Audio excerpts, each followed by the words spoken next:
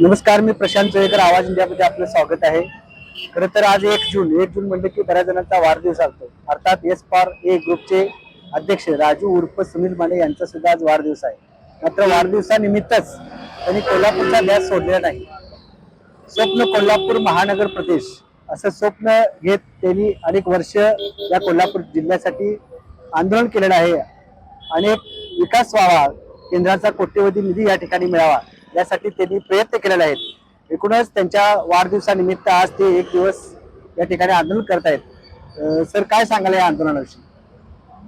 आज दसरा चौक येथे मी आंदोलन करण्याचा माझा एकच उद्देश आहे की कोल्हापूर महानगर प्रदेश विकास प्राधिकरण कोल्हापूर जिल्ह्याला स्थापन झालं तर कोल्हापूर शहराबरोबर इचलकरंजी शहर व ग्रामीण भागाचा एक सुनियोजित विकास आराखडा शासन बनवतं आणि या आराखड्याला लागणारा जो निधी असतोय ते आपलं कोल्हापूर महानगरपालिका किंवा सध्याचा असलेला प्राधिकरण क्षेत्र यांच्याकडून ते निधी तेवढा उपलब्ध होणार नाही आणि यासाठी केंद्र शासन आणि राज्य शासन अशा आराखड्याला निधी देतं आणि तो आराखडा बनतो. हा आराखडा सरासरी 2 ते 3 वर्षामध्ये तयार होतो आणि त्या आराखड्याला महाराष्ट्र टाउन प्लॅनिंगची मंजुरी मिळते. यामुळे काय होतं की शहराला किंवा कुठल्याही भागात जर विकास करायचा असेल तर कोणत्याही खाजगी संस्था ज्या असतात किंवा प्रायव्हेट ज्या संस्था असतात त्या यामध्ये इन्व्हेस्टमेंट करून त्या भागाचा विकास सुनियोजित होतो आणि त्यांनाही त्या पद्धतीत नफा मिळतो. आता कालच्या ज्या महानगरपालिकेच्या निवडणुका झाल्या त्यामध्ये कोल्हापूर बॉन्डची जी संकल्पना होती ती ह्या आधारातच आहे. ज्यावेळेला महानगर प्रदेशची मान्यता मिळेल त्यावेळेला कोल्हापूर या प्राधिकरणाला बॉन्ड्स खुले करता येतील आणि या माध्यमातून शहराला एक चांगला निधी प्राप्त होऊ शकतो आणि शहरातल्या ज्या समस्या आहेत, मूलभूत समस्या असू देत किंवा कोणत्याही समस्या, त्या मुळासकट संपतील, त्यात काही शंका नाही. नक्कीच कोल्हापूर शहराची हद्दवाढीचा प्रश्न ज्यावेळी उपस्थित होतो त्यावेळी ग्रामीण आणि शहर असा वाद कायम निर्माण राहतो. हे सोडून सुद्धा शहराचा विकास साधता येतो अशी तुम्ही भूमिका मांडलेली आहे. अनेक वेळा उपोषण सुद्धा केलेलं आहे. राज्य शासनाच्या लेवलला हा कुठपर्यंत प्रश्न आहे? तुमच्यापर्यंत कोणी कोणी याविषयी चर्चा केलेली आहे आणि ते स्वप्न पूर्ण होण्यासाठी अजून किती कालावधी लागेल किंवा काय करावं लागेल? नाही, आपण ह्याच मागील वर्षी ह्याच ठिकाणी आपण सलग 99 तास उपोषण केलं होतं. त्या आंदोलनाच्या वेळेला माननीय चंद्रदीप नरके साहेबांनी प्रत्यक्ष भेट देऊन त्या आंदोलनाची सांगता केली होती आणि त्या सांगता समारंभामध्ये त्यांनी स्पष्ट केलं होतं की कोल्हापूर नागरी विकास क्षेत्र प्राधिकरणामध्ये ज्या काही त्रुटी असतील त्या मी दूर करतो. आता नुकताच त्यांनी त्या आंदोलनाची दखल घेऊन शासनाने त्यामध्ये बदल केलेला आहे. फक्त तो 42 गावापुरता मर्यादित विशेष दर्जा दिलेला आहे. तर मी त्यांनाही विनंती केलेली आहे की असा दर्जा न देता कोल्हापूर शहरासह बाकीच्या सर्व ग्रामीण भागाच्या विकासाचा व्हायचा असेल तर अशा पद्धतीने आपण येणाऱ्या जुलैच्या अधिवेशनामध्ये हा प्रश्न मांडावा आणि येत्या वर्षभरात हा प्रश्न निकालात काढावा. खरं तर कोल्हापूर शहराच्या जनगणनेच्या बाबतीत, एकूण लोकसंख्येच्या बाबतीत शहराचा विकास करायचा असेल तर 5 लाखाच्या आत लोकसंख्या असावी किंवा 10 लाखाच्या वर. कोल्हापूर शहराची अशी मधीच संख्या असल्या कारणाने या शहराचा विकास होईल असा झालेला आहे. त्यामुळे अनेक वेळा शहरवासींना वाटते की याची हद्द वाढवावी आणि याचमुळे ग्रामीण भाग आणि शहरी भागाचा वाद निर्माण होतो.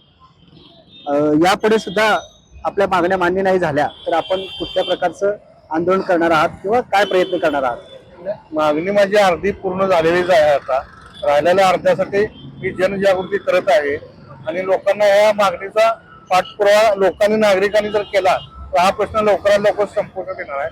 पण हा शहराचा आणि जिल्ह्याचा विकासाचा प्रश्न आहे आणि निधी यायचा झाला तर याच्याशिवाय दुसरा पर्याय नाही. नाहीतर आणखीन आपलं शहर किंवा जिल्हा 15-20 वर्ष अजून न विकसितच होतं तसंच राहील. त्यासाठी पर्याय हा चांगला आहे आणि आपली लोकसंख्येची अट पण पूर्ण होत असते.